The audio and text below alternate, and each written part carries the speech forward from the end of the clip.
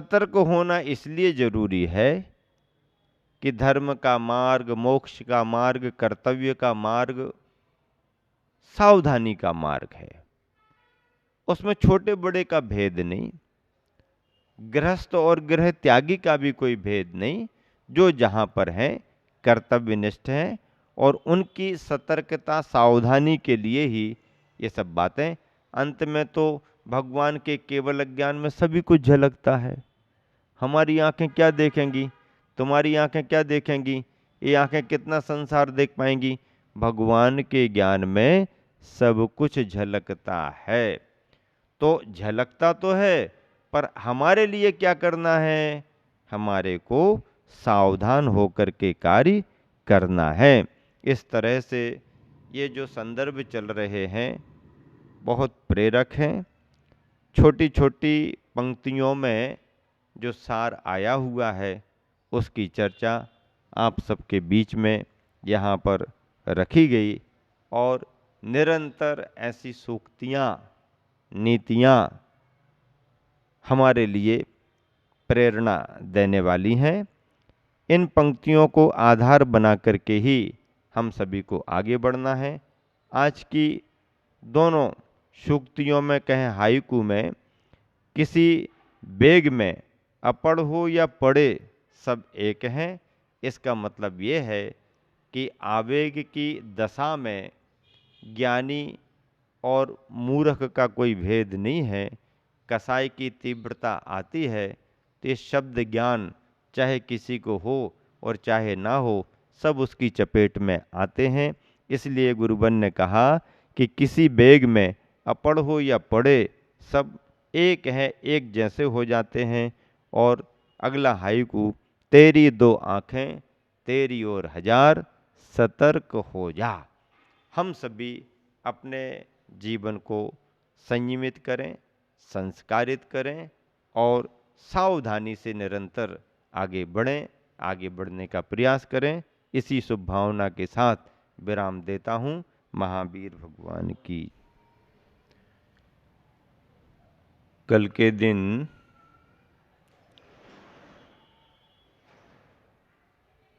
जो संदर्भ आप सबके बीच में रखे थे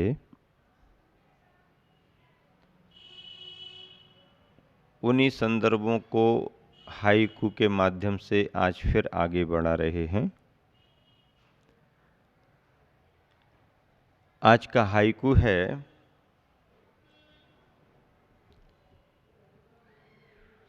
चांद को देखूं परिवार से घिरा,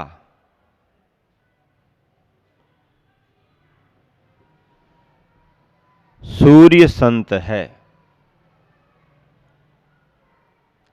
हाइकू क्या है? चांद को देखूं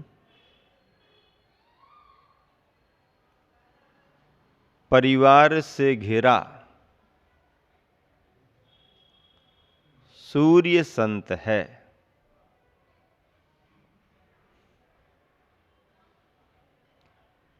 इस हाइकू में, छोटी सी कविता में,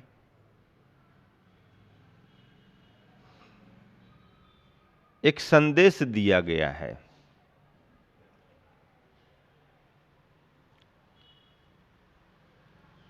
संत का स्वरूप भी बतलाया है।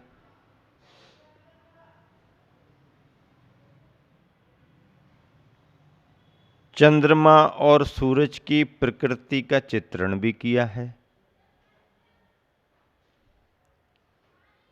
चंद्रमा रात में निकलता है, रात में निकलने वाले चंद्रमा का महत्व भी है। लेकिन चंद्रमा जब भी रात में होता है अकेला नहीं होता। चंद्रमा के साथ में भीड़ भाड़ बहुत रहती है।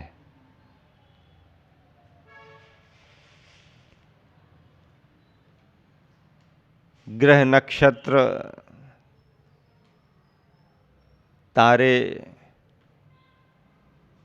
सब चंद्रमा को घेरे रहते हैं और ऐसा लगता है कि चंद्रमा अपने पूरे परिवार के साथ है। अब जब पूरे परिवार के साथ ही है तो फिर वो परिवार के साथ ही है।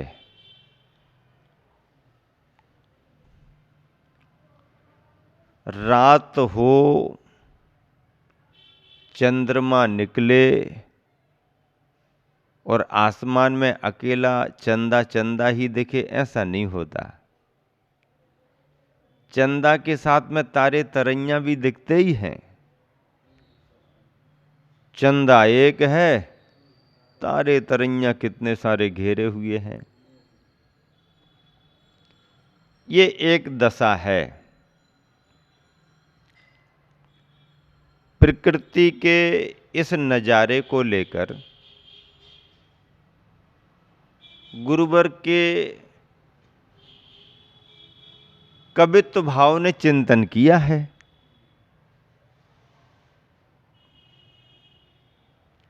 और आचार्य श्री ने इस दृश्य में चंद्रमा को प्रधान बना करके बाकी सबको उनका परिवार बनाया है। परिवार है ही।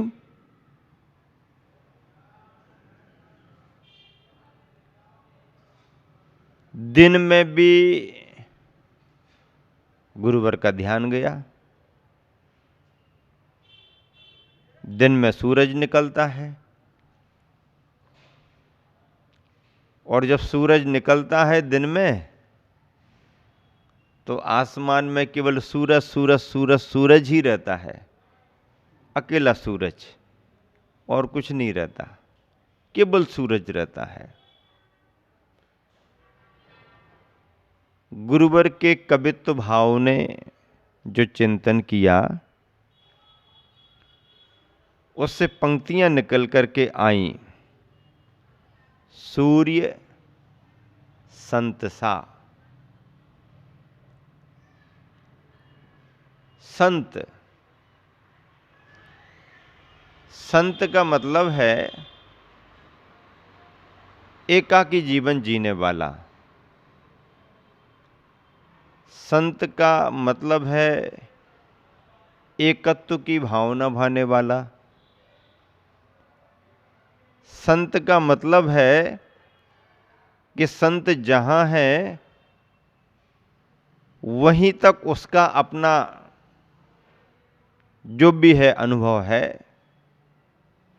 और बाकी सब अंत अंत अंत। सो संत संत संत। अंत किसी अस्तित्व का होता नहीं है, पर जब एकत्व भावना हम भाएंगे तो हमारे से हट करके बाकी पदार्थ तो छोड़ो, बाकी सामग्रियां तो छोड़ो, बाकी जन तो छोड़ो, शरीर को ही संत अपना नहीं मान रहा है, फिर बाकी का काम क्या है। तो वो तो फिर भी साथ तो रहते हैं, आगे पीछे भी रहते हैं, दिखते भी तो हैं। दिखने से फर्क नहीं पड़ता, साथ रहने से भी फर्क नहीं पड़ता। असल में भीड़ तो हमारे विचारों की है।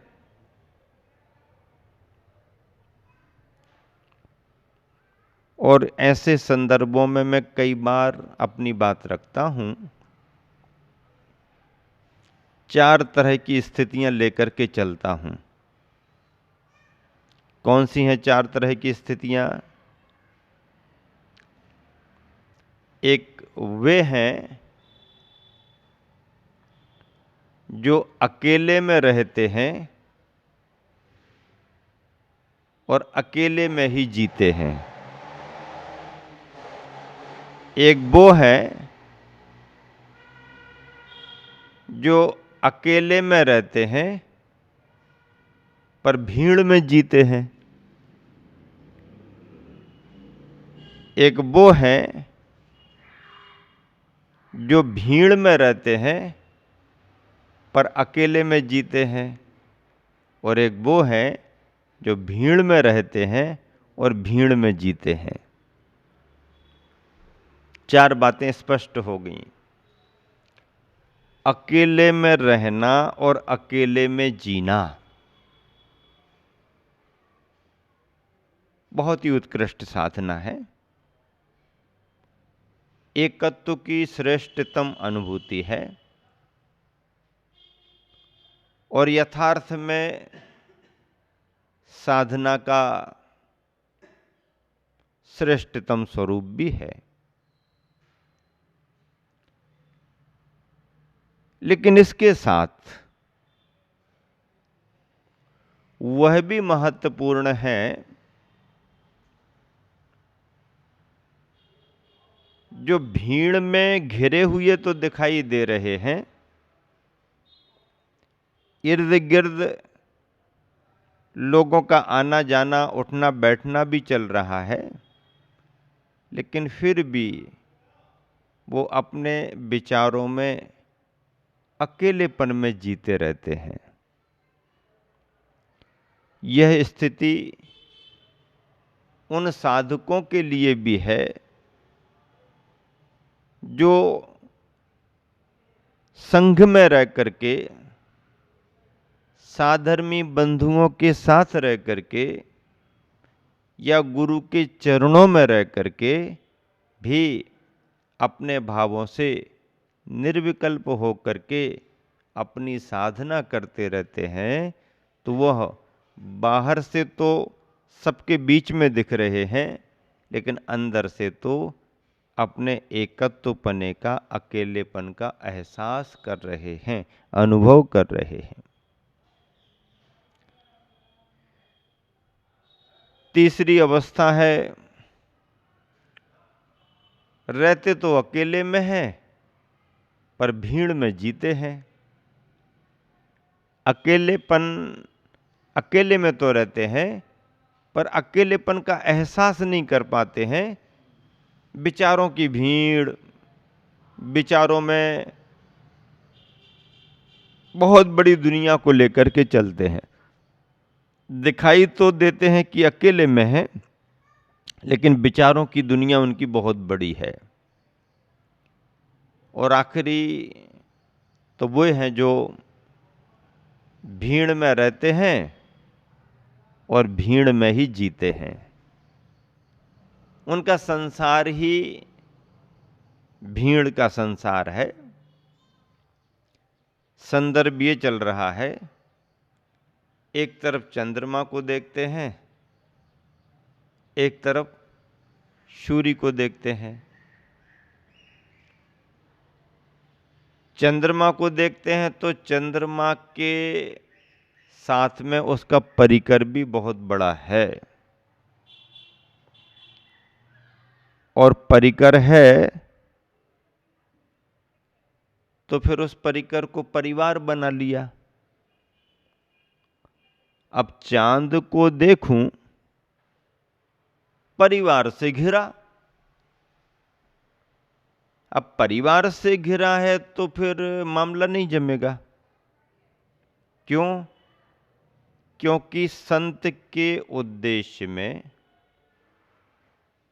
और घर गृहस्थी में रहने वाले परिवार के उद्देश्य में अंतर हो सकता है। हां, परिवार का उद्देश्य भी मोक्ष मार्ग का है,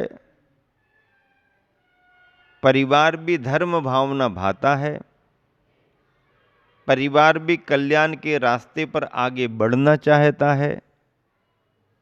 तो शास्त्र की भी आज्ञा है कि मोक्ष मार्ग में आगे बढ़ने के बाद फिर कोई परिवार नहीं रहता। पांचों पांडव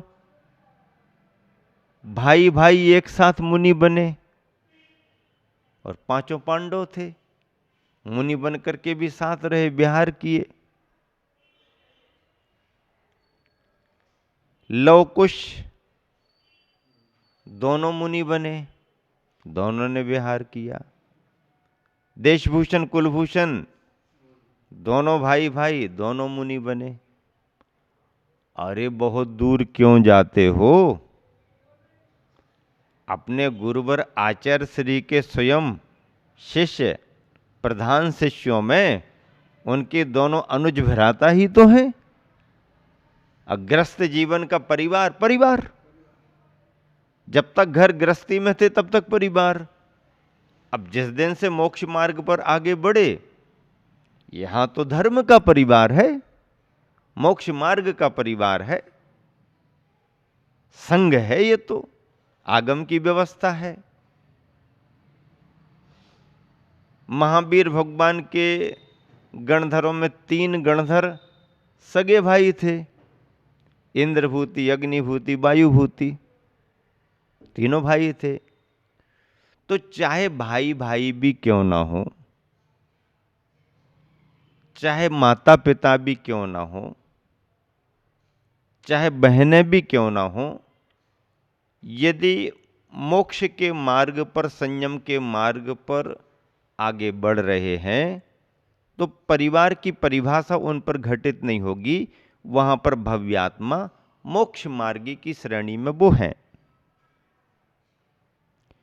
परिवार वो होता है जो मोह से ग्रसित होता है, स्वयं मोह के मार्ग में लगा है और अपने प्रत्येक सदस्य को मोह के मार्ग में ही लगाना चाहता। गृहस्थ के परिणाम कैसे रहते हैं? असंयमी और मोही गृहस्थ ऐसे होते हैं, ना स्वयं कुछ नियम संयम पालते हैं और ना दूसरों को भी नियम संयम पालने देते हैं।